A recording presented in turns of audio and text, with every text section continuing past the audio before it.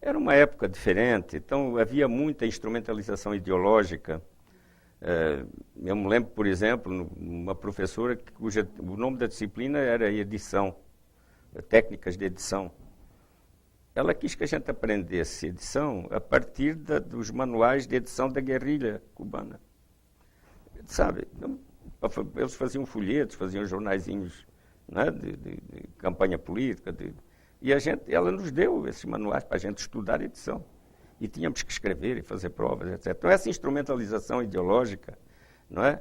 Ela acaba não sendo, acaba produzindo um tipo de ensino em que não há a independência intelectual para lidar com os conteúdos. Mas isso era daquele tempo, era uma coisa, de certo modo, a gente tem que admitir que era próprio de um momento em que se lutava contra a ditadura, se lutava contra a falta de liberdade, etc. Então, a gente não deve ter medo de olhar criticamente essas experiências. Mas isto não é um julgamento, porque a gente tem que compreender que os contextos eram complicados, não é? E aí cada um escolhe a sua prioridade, escolhe o seu caminho, sei lá. Eu nunca tive medo. Se você tem escolhas definidas, você não pode nunca renunciar às escolhas, não é? Se você tem critérios éticos e morais sobre os quais assenta as suas decisões, quando lhe aparece um problema que tenha que fazer uma escolha, você tem que ser coerente. Então,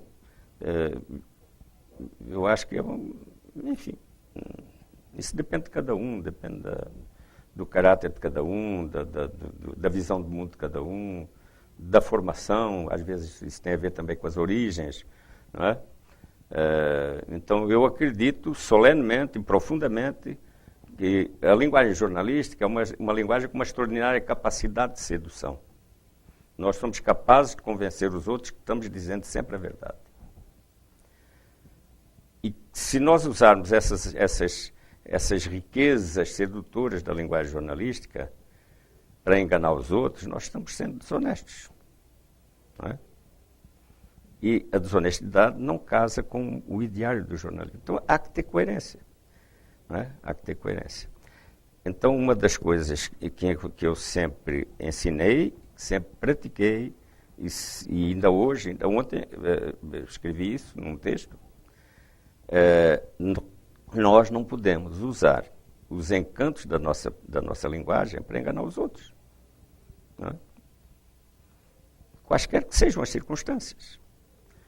Então, por isso a ética é tão importante no jornalismo. Não é? Então, eu de vez em quando digo não ou sim, sabendo que as consequências vão ser ruins. Mas digo.